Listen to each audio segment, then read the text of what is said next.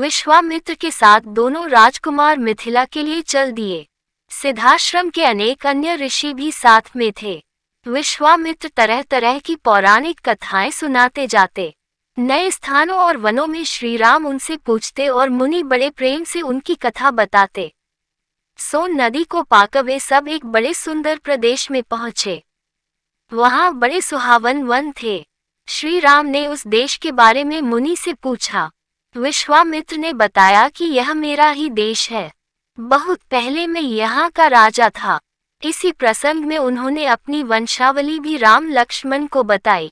रात को विश्राम के वे फिर आगे बढ़े।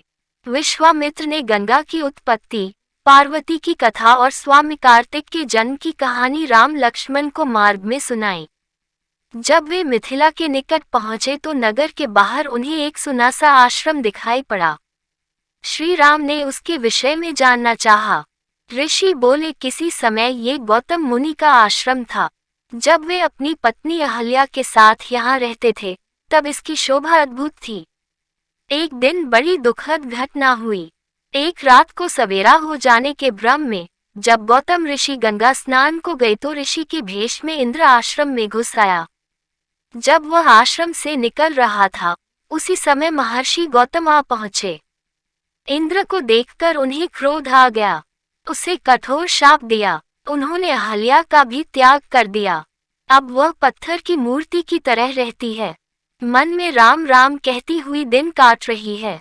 ये कथा सुनकर राम को अहल्या पर दया आई। राम ने बढ़कर ऋषि पत्नी के पैर छुए। राम का स्पर्श पाते ही अहल्या शाप मुक्त हो गई। वह पहले की तरह सुंदर भी हो गई। गौतम ऋषि ने भी अहल्या को सहर्ष स्वीकार कर लिया। इस घटना से राम का यश और फैल गया। राजा जनक को विश्वामित्र के आने का समाचार मिला। वे शतानंद तथा अन्य ऋषियों को लेकर स्वागत करने के लिए नगर के बाहर आए। आते ही उन्होंने मुनि को अंदर के साथ प्रणाम किया और कुशल समाचार पूछा। जब उनकी दृष्टि राम लक्ष्मण की ओर गई तब राजा जनक की आंखें खुली की खुली रह गई। उन्होंने विश्वामित्र जी से पूछा, ये सुंदर बालक कौन है? किसी राजकुल के भूषण है अथवा साक्षात भगवान ही हैं?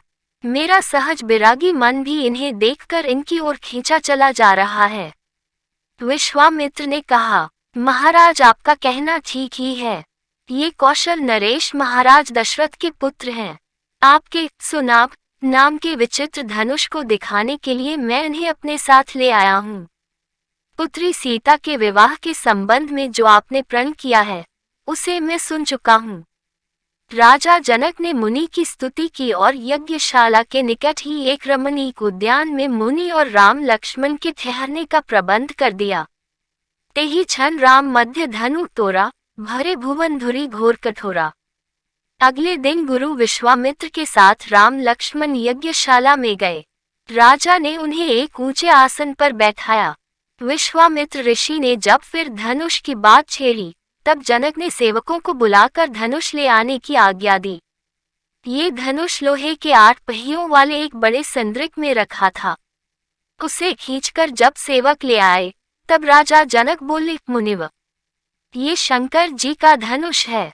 देवताओं ने हमारे एक पूर्वज देवरात को इसे दिया था। इस भारी धनुष को कोई नहीं उठा सका। प्रत्यंचा चढ़ाना तो दूर की बात है।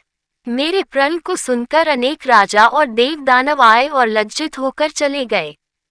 गुरु का संकेत पाकर श्रीराम ने धनुष सहज ही उठा लिया और जो ही प्रत्यंचा चढ़ाकर उसे खींचना चाहा कि वह बीच से टूटकर 2 टुकड़े हो गया। वज्रपात जैसा भयंकर शब्द हुआ और पृथ्वी कांपने लगी। धनुष टूटते ही राजा जनक के हर्ष का ठिकाना न रहा। राम के सौंदर्य और बल विक्रम को देखकर वे बोले, मुनिव, आपकी कृपा से मुझे अपनी प्यारी बेटी के लिए मनचाहा वर मिल गया। अगर आपकी अनुमति मिल जाए तो मैं महाराज दशरथ के पास संदेश भेजकर बारात ले आने का निमंत्रण भेज दूं। विश्वामित्र बोले, अब क्या पूछना? शुभ कार्य में देर क्यों की जाए? राजा जनक ने अपने चतुर मंत्रियों को शीघ्रगामी रथ द्वारा अयोध्या जाने की आज्ञा दी।